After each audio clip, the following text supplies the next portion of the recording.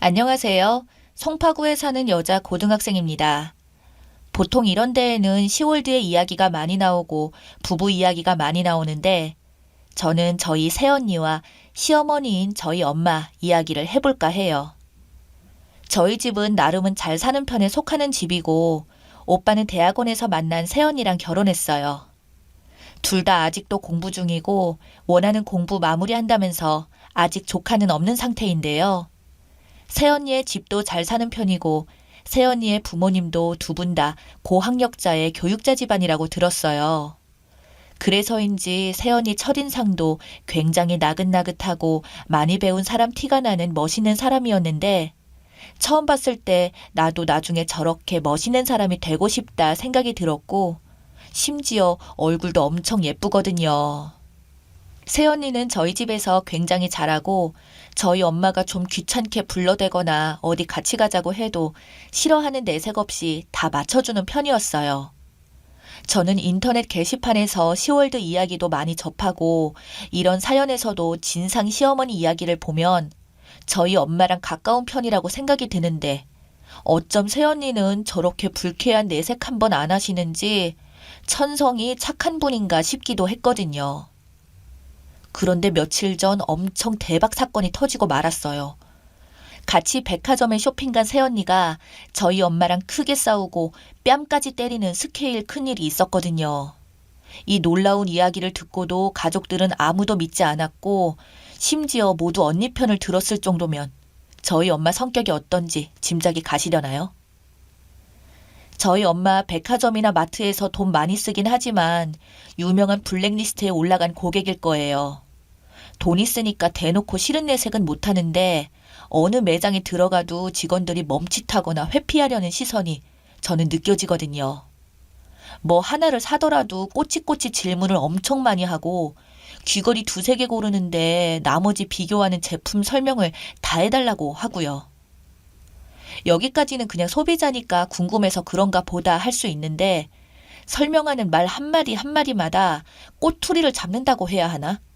이 제품은 이번 시즌 트렌드 컬러로 나와서 세련되고 뭐 이런 식으로 설명을 해주시는데 이게 세련돼 보여요?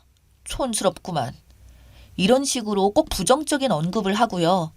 멤버십 적립이나 포인트 사용할 때 원칙적으로 안 되는 걸 해달라고 우기기도 해요. 직원분이 왜 안 되는지 조목조목 설명을 해줘도 지금 나 가르치려는 거야? 내가 저번에 그렇게 썼다고! 이런 식으로 소리를 빽 지르고 나가거든요. 그리고 집에 와서도 투덜투덜 트집 접다가 사온 거 10개 중에 3, 4개는 꼭 반품하고 반품도 좋게 하는 게 아니라 뭐 이딴 걸 팔았냐고 성질내며 집어던지고 가기도 했어요. 저도 어릴 땐 저도 뭐가 잘못된 건지 사실 몰랐는데 점점 커가고 친구들이나 친구들 부모님이랑 쇼핑 갈 때 따라갈 기회가 있었는데 사는 모습도 다르고 직원분들 표정도 다르고 분위기가 정말 다르더라고요. 그래서 요새 제가 엄마 따라서 어디에 잘 안 가니까 새언니를 데리고 자주 나가려고 하는 것 같아요. 새언니랑 있을 때는 안 그런가 싶었던 게 새언니 표정이 항상 차분하고 밝았거든요. 그래서 이번에 저도 같이 쇼핑 나가자고 해서 별일 없겠지? 어떤 분위기인지 엄마가 달라지기라도 했나 궁금해서 따라 나왔죠. 여기저기 돌아다니고 엄마는 별로 변한 모습이 없었지만 엄마가 괜히 성질내고 트집 잡을 때마다 언니가 야긋한 목소리로 중재를 해주곤 하더라고요. 이번 시즌에 가장 유행하는 컬러라고 할 때 다들 눈이 삐었나? 이봐 직원, 지금 너 이게 이쁘다고 하는 거야? 라고 따지니까 새언니가 어머니, 화장품 컬러 전문 회사가 있는데 이번에 이런 색감이 가장 유행하는 컬러라고 뉴스 기사에도 나왔더라고요. 못 보셨어요? 그리고 제 생각엔 어머니한테도 잘 어울리실 것 같은데 한번 이게 발라보시고 결정하는 게 어떠세요? 제가 보기엔 어울릴 것 같아요.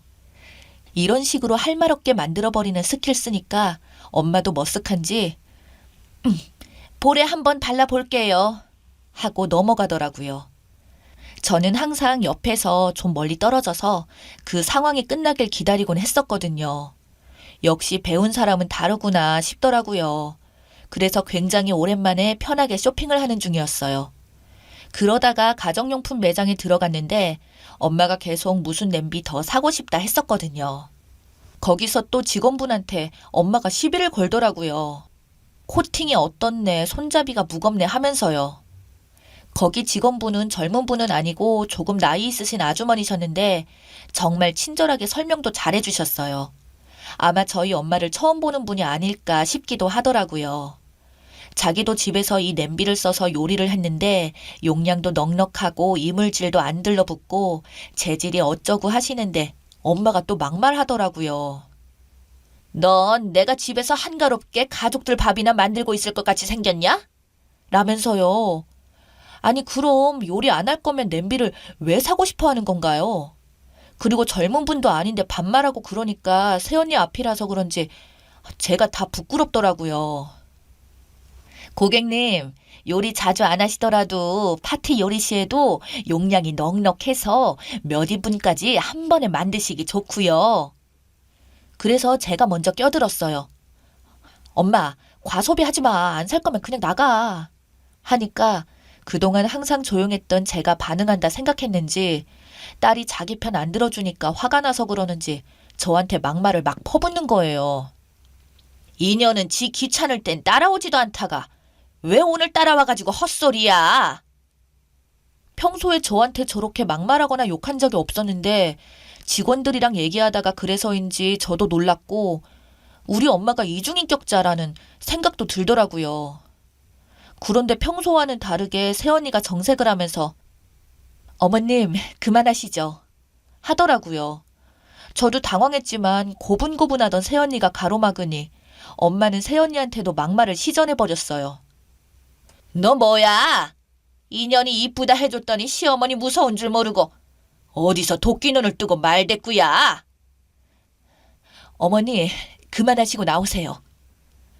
움찔하는 것도 없이 당당하고 담담하게 말하는 언니는 똑같은 말을 되풀이했어요. 그래서 엄마가 더 당황을 했는지 목소리도 점점 커졌고 혼자 화내고 소리 지르다가 또 괜히 직원 아줌마한테 니년 때문에 지금 이게 뭐냐? 가정 파탄을 내냐? 소리를 지르시더라고요. 그러다 괜히 옆에 있던 냄비를 잡아서 바닥에 던지려고 하는데 새언니가 덥석 엄마 손목을 잡아서 냄비를 내려놓게 하고선 어머니 나오세요. 그만하세요. 하니까 갑자기 악 하고 소리를 지르더니 놔! 놔 놓으라고! 너 시어머니가 우스워? 하면서 있는 소리 없는 소리 다 지르기 시작했어요. 여기서부턴 저도 너무 쪽팔리고 부끄러워서 고개를 떨구고 있었는데 저도 모르게 눈물이 뚝뚝 떨어지더라고요.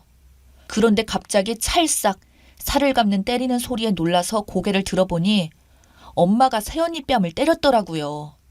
너무 놀라 벙쪄 있는데 새언니는 놀란 기색 없이 침착하게 어머니 마지막으로 말씀드려요. 나오세요. 네가 미친 거냐? 어디서 오라 가라야? 하며 이번에 새언니 머리채를 붙잡고 막 흔드셨어요. 이리저리 새언니 몸이 흔들리고 결국 땅바닥에 뒹굴게 되었어요. 야 이년아, 네가 감히 나를 오라 하고 이딴 짓이야? 너 같은 년은 버릇을 고쳐야 해. 울부짖는 엄마의 목소리를 뒤로 한 채 새언니가 일어섰어요. 그러자 엄마가 또 손을 한번 위로 올리며 후려치자 이번에 새언니가 엄마의 손목을 잡아감더니 반대 손으로 똑같이 엄마 뺨을 확 꽂더라고요. 주변에서도 어머 이게 웬일이야 하면서 구경하려고 모여드는데 그나마 다행인 건 그릇 매장이라서 젊은 분들이 별로 없어 동영상 촬영 안 당한 거예요. 언니가 엄마 뺨을 날리고 손목을 잡고 질질 끌고 비상계단 쪽으로 갔어요. 저도 죄송합니다. 작게 이야기하고 따라갔어요. 너무나 충격이 컸던지 엄마는 조용히 끌려가더라고요. 계단에서 언니는 그만하시라고 했잖아요, 어머니. 하면서 또 특유의 차분한 태도로 이야기했고 엄마는 분해서 바들바들 떨고 있더라고요. 가만두지 않겠다고 집에 가서 이야기하자고 씩씩거리며 내려가는 엄마를 따라서 저희 모두 다 같이 집에 왔고 집에 오자마자 죽는 소리 우는 소리 하는데 아빠도 오빠도 엄마가 쇼핑 가서 사는 거 본 적이 있으니까 무슨 상황인지는 알겠지만 또 며느리가 어른을 때렸다고 하니까 잘했다고 할 수도 없어서 곤란해 보이더라고요. 아빠가 아가 그렇다고 사람이 많은 데서 그렇게 가족끼리 싸우는 걸 보이면 되겠느냐? 하면서 어렵게 한마디 하셨는데 새언니는 바로 받아치더라고요. 저도 제가 잘못한 점에 대해서는 알고 있습니다. 가만히 있는 분들에게 대하는 태도를 보면서 저 수없이 참고 참았습니다. 그런데 오늘은 제 가족이기도 한 아가씨한테 사람 많은 곳에서 욕을 하시고 품위 없이 물건을 집어던지시니 참을 수가 없었어요. 어른을 때리는 것에 대해선 제가 잘못하면 맞아들일 수도 있습니다. 하지만 그곳에서 어머님은 어른이 아니었어요. 3살짜리 떼쓰는 아이보다도 못한 모습이었었어요. 그 많은 사람들이 저희 가족을 정상적인 가족으로 생각할까요? 전 저희 가족 중에 유별난 사람이 있지만 그걸 말리는 사람도 있다는 걸 보이고 싶었어요. 저 집 모두가 비정상이라고 뒤에서 수군거리는 것을 듣고 싶지 않았어요. 저 먼저 때리신 거 먼저 사과하셔야 저도 사과를 드리는 것에 대해 생각해 볼게요. 일목요연하게 자신의 생각을 말하는 새언니였어요. 저는 사실 새언니 말에 거들고 싶었는데 뭐라고 한마디 보탰다간 집에서 또 큰 소리 날 것 같아서 조용히 있었고 아빠도 오빠한테 가서 쉬라고 보내더라고요. 결국은 엄마는 화내고 씩씩대고 아빠한테 내 편 들어라, 아들한테 네 색시 왜 그러냐 등등 누가 봐도 자기 편 들어달라고 빽 소리를 치는데 아빠와 오빠는 그냥 가만히 있더라고요. 결국 시간은 흘러가고 방에서 앓는 소리 내면서 안 나온 지 일주일째인데 언니도 절대 먼저 사과할 것 같진 않아요. 저는 저희 엄마지만 사실 이렇게 하지 않았으면 폭탄 같은 엄마 성질을 말릴 사람이 없을 것 같아서 다행인 마음도 있고요. 엄마라 그런지 조금은 안쓰러운 감정도 있고 만감이 교차합니다. 하지만 저 때문에 더 이상 참을 수 없었다는 언니의 말도 감동받았어요. 혹시 언니가 이 사연 읽게 된다면 제가 말 안 해도 아시겠지만 그래도 절대 사과 먼저 하지 마세요. 언제나 당당한 새언니 제가 존경합니다. 그래도 나중에는 엄마가 먼저 사과하고 다시 화해해서 온 가족을 보고 싶긴 해요.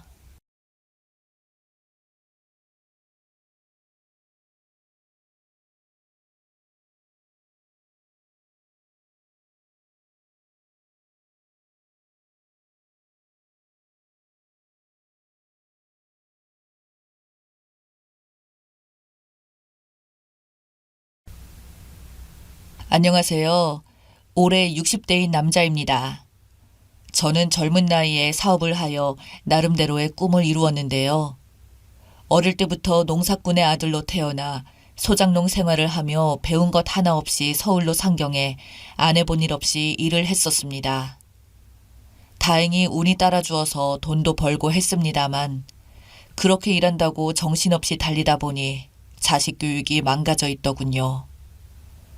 돌이켜 생각해보면 저희 아들은 어릴 때부터 제 눈치를 보며 항상 집에 오면 후다닥 숨어서 자기 방으로 도망치듯이 들어가더군요. 그때마다 제 성에 안 차는 아들에게 구박도 하고 타일러도 보고 제 나름대로 아들과의 시간을 만들고자 주말에는 아들 데리고 등산도 가고 아들이 성인 때는 둘이 여행도 가고 그랬습니다. 저희 아들은 공부를 특출나게 잘하지는 못했죠. 돈을 벌면서 저는 못했던 공부, 정말 간절했던 게 공부였기에 아들에게만큼은 제가 못한 만큼 잘해주고 싶어서 온갖 과외와 학원들을 수도 없이 보냈었지만 아들은 공부에 취미가 없어서인지 항상 하위권 성적을 전전긍긍하더군요. 결국 아들은 성인이 되고 나서 괜찮은 여러 개의 명문대학에 지원을 했지만 모두 다 떨어졌습니다. 재수가 확정돼서 그런 아들의 기분을 풀어주고자 저도 큰맘 먹고 회사를 안 가고 아들과 국내 여행을 떠났었습니다. 같이 여행을 하고 있는데 아들이 저한테 그러더군요. 저한테 쪽팔려서 이렇게 못 있겠으니 외국으로 차라리 보내달랍니다. 저희 아들은 안 될 놈이라는 걸 알면서도 아들이 저에게 울면서 하는 부탁에 그놈의 부모의 정이 뭔지 그날로 주변 지인들에게 수소문하여 미국으로 유학을 보내줬습니다. 그곳에 가서도 아들은 적응을 잘하고 있는지 못하고 있는지 연락도 없더군요. 그래도 어찌어찌 그곳의 학교 생활을 몇 년간 하다 한국으로 돌아와 군대를 갔었죠. 그래도 미국에 몇 년을 살았으니 카투사라는 미군 부대에 지원해보라고 했더니 성적이 택도 없이 부족하다고 하더군요. 결국 일반 군인으로 전역을 하고 다시 미국으로 날아가 5년 넘게 생활하고 있을 때 아이 엄마가 저 대신에 거의 매년 가서 몇 달씩 아들을 뒷바라지 해주고 그랬습니다. 초반에는 아이 엄마가 같이 가서 1년 정도 같이 있었고요. 근데 그러다가 아이 엄마가 갑자기 암에 걸렸습니다.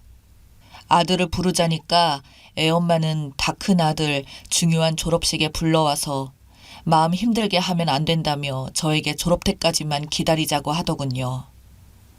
저는 아내의 암을 낫게 하고자 정말 많은 돈을 들여서 좋은 병원과 치료를 다 받아보았지만 결국 아내의 병은 악화가 되었고 아내가 세상을 떠나는 날은 점차 다가오고 있었습니다.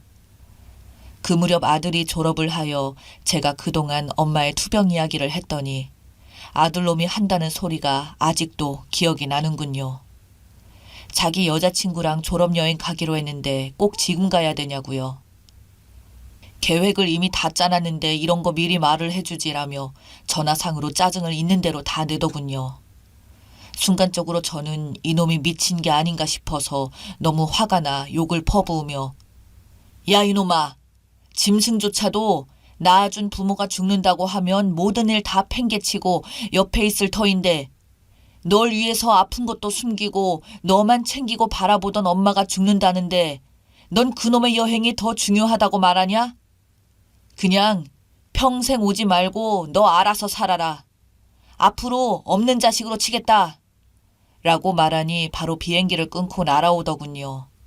그렇게 거의 1년 만에 한국 와서 보는 엄마한테도 대면대면하게 했으며 아들과 병실을 돌아가며 있을 때조차도 아들은 병실을 가는 걸 극도로 귀찮아하고 싫어했습니다.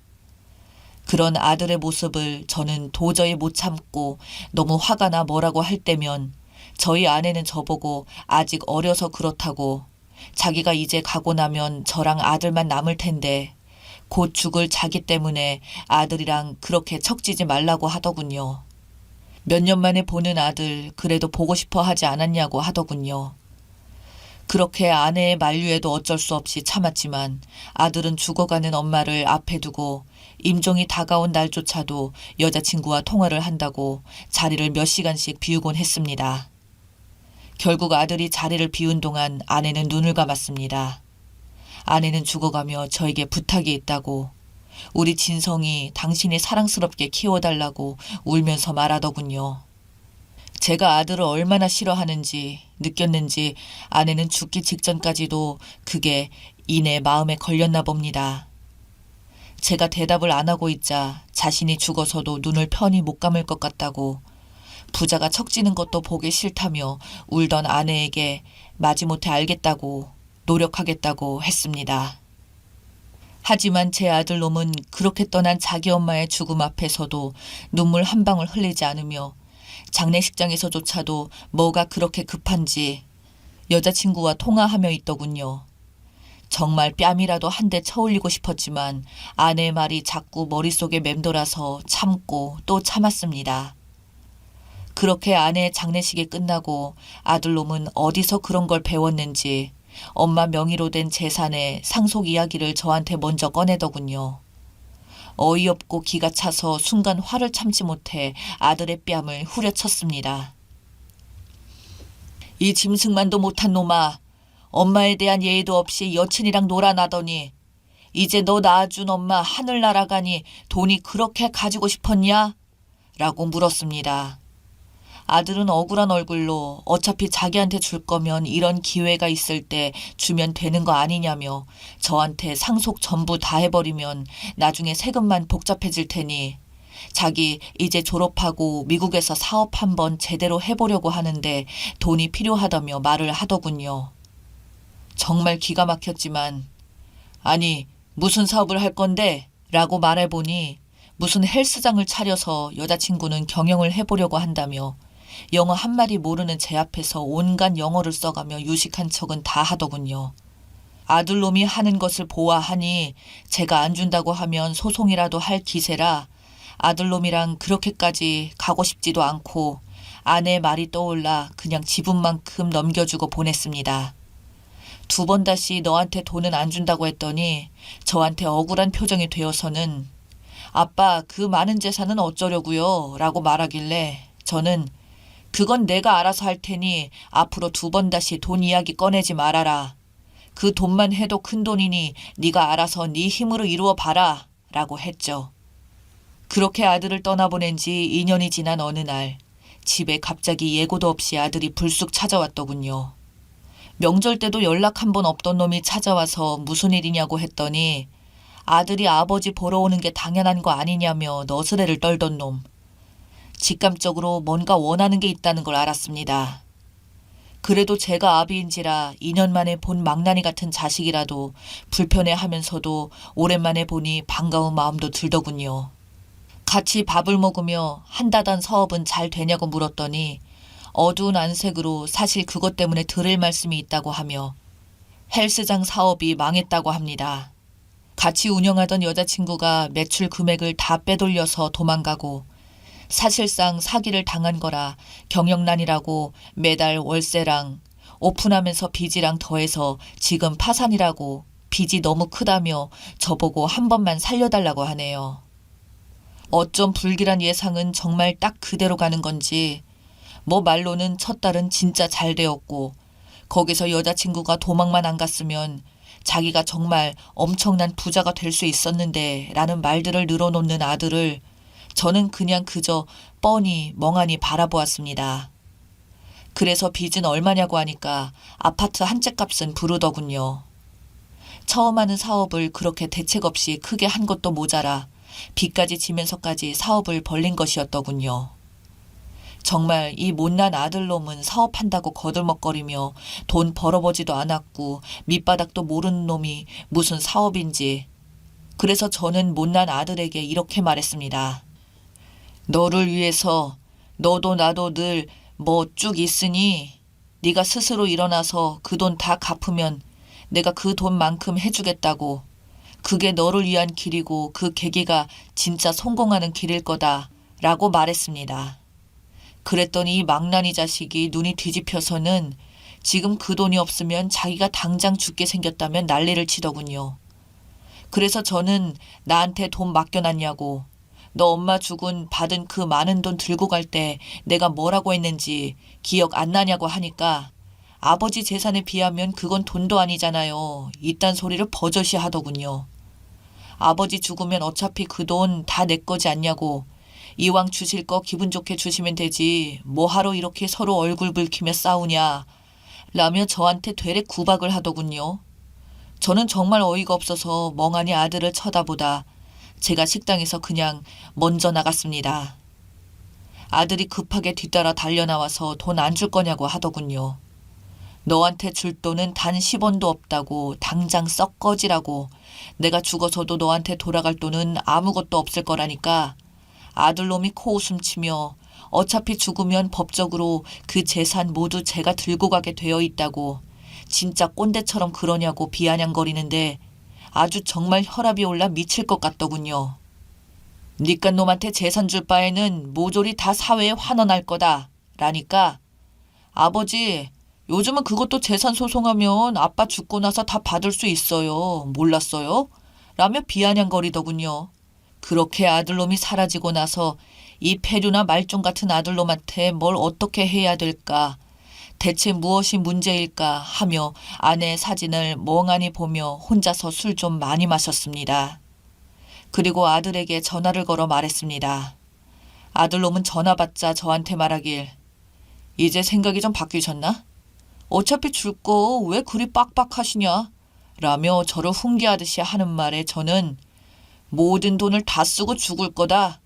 은닉도 하고 너가 모르는 경로로 다 뿌리면 네가 과연 돈 찾을 수 있나 보자 라고 하고는 전화를 끊고 바로 차단했습니다. 요즘은 하루를 살아도 사는 것 같지가 않습니다. 제 인생에 낙이 없으며 힘들 때 항상 힘이 되어준 아내조차 곁에 없으니 노년 우울증이 오는 것 같네요. 아내의 마지막 바람조차 제 힘으로는 도저히 이룰 수 없는 것이 되어버리고 말았네요. 저는 어쩌면 좋을까요?